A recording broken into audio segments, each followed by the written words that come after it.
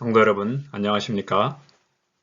지난주 6과에서는 하늘의 보물을 쌓으라 라는 제목하에 노아, 아브라함, 롯, 야곱, 모세 이 성경의 5명의 선조들이 하늘의 보물을 쌓는 일에 어떻게 성공했고 왜 실패했는지에 대해 살펴보았습니다.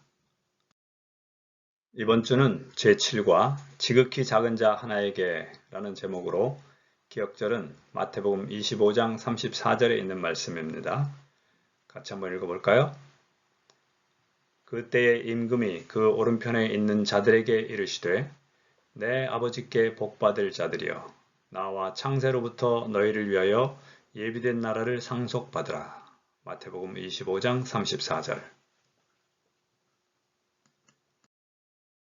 예수님은 내 형제 중에 지극히 작은 자 하나에게 한 것이 곧 내게 한 것이라고 말씀하십니다. 더욱이 이것은 마지막 심판의 중요한 기준이 된다고 선언하셨습니다. 가장 작은 사람은 누구일까요? 예수님은 직접 목마른 사람, 외국인, 가난한 사람들, 병든 사람들, 옥에 갇힌 사람들이라고 말씀하셨습니다. 오늘날로 따지면 사회적 약자와 질병으로 고통받는 사람들입니다. 그럼 이제 교회는 그들을 어떻게 대해야 할까요? 또한 나는 개인적으로 어떻게 그들을 도울 수 있을까요? 오늘 교과는 하나님께서 그들을 어떻게 대하시는지, 또 성경의 인물들은 어떻게 대했는지를 공부하겠습니다. 첫째 날입니다. 예수님께서 나사렛 회당에서 읽으셨던 이사야서 61장의 말씀은 메시아의 사역을 정의한 성경 구절입니다.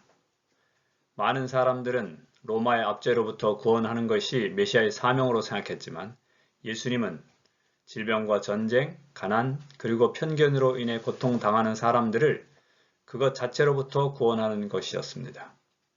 예수님 당시의 사람들은 고통이 자신의 잘못으로 인해서 자신들에게 임한다고 믿었습니다. 그래서 그런 사람들을 저주받고 죄인으로 여겼던 것입니다. 그러나 예수님은 그들을 사랑하셨고 나아가서 복음의 소망도 주셨습니다. 하나님은 예수 그리스도를 통해서 가난한 자들을 어떻게 대해야 할지를 우리에게 보여주셨습니다. 그뿐만 아니라 구약 여러 곳에서 가난하고 질병과 전쟁 등으로 고통당하는 사람들을 보호하는 것을 제도적으로 만들어 놓으셨습니다. 매 7년마다 농사를 짓지 말고 그때 수확한 것은 가난한 사람들이 먹도록 했고 듣지 못하거나 또 거동이 불편한 사람들을 괴롭게 하지 말도록 했습니다.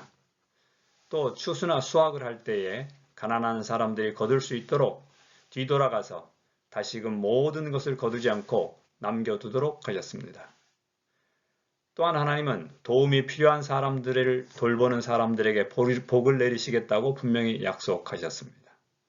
하나님께서는 사람들의 자비심에만 호소하지 않으시고 제도적으로 가난을 해결할 방법을 마련해 놓으셨습니다.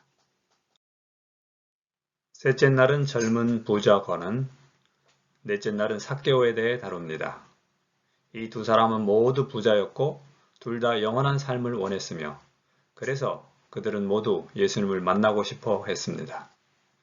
이런 그들의 간절함을 아셨던 예수님은 그들을 사랑하셔서 그들에게 적합한 처방을 각각 주셨습니다. 그러나 부자 관원은 그 예수님의 말씀을 거절하고 돌아섰습니다. 반면에 삭개오는 기쁘게 예수님을 영접했고 자신이 가진 소유를 나누어 주겠다고 약속했습니다. 예수님은 이 일을 통해 부자가 하늘 가는 길이 무엇인지를 당시의 제자들과 우리에게 분명히 보여주셨습니다. 다섯째 날은 욥의 이야기입니다. 욥의 생애를 생각할 때 우리는 그가 당한 고난과 친구들과의 논쟁, 그리고 끝까지 하나님을 신뢰함으로 얻은 보상 등을 떠올립니다. 그러나 오늘은 욥의 평소의 삶에 초점을 맞추고 있습니다. 하나님은 욥을 온전하고 정직하여 하나님을 경외하며 악에서 떠난 자라고 여러 번 말씀하셨습니다. 욥은 어떻게 하나님께로부터 그런 평가를 받았을까요? 욥은 힘들게 살아가는 사람들이 요청할 때 도움을 주는 것에 한 걸음 더 나아가서 필요가 있는 사람들을 적극적으로 찾아서 그 필요를 채워주기 위해 노력했습니다. 마치 하나님께서 인간의 필요를 채우시기 위해 인간이 되신 것처럼 말입니다. 삶이 고통스러운 싸움의 연속인 사람들이 많이 있습니다. 그들은 자신의 부족함과 비참함에 잠겨 믿음을 잃어버립니다. 자기 삶에는 감사할 것이 하나도 없다고 생각합니다.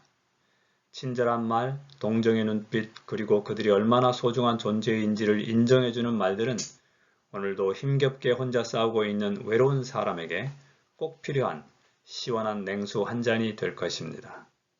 동정의 말과 친절한 행동은 지친 어깨에서 무거운 짐을 덜어줄 것입니다.